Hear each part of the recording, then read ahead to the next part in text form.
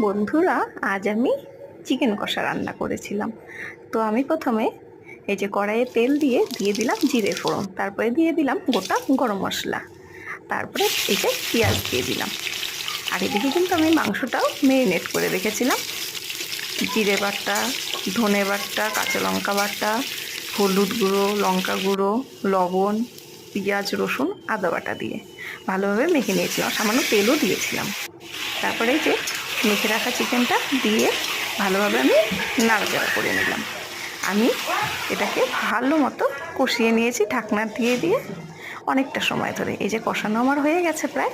তারপরে এই যে আমি সামান্য একটু জল দিলাম, যেহেতু আমি ঝোল ঝোল করবো না, একটু কষা কষাই রান্না করব, তার জন্য আমি অল্পই জল দিয়েছি। তারপরে এই যে গরম মশলা গুঁড়ো দিয়ে আমি নামিয়ে নিলাম আমার চিকেন কষা।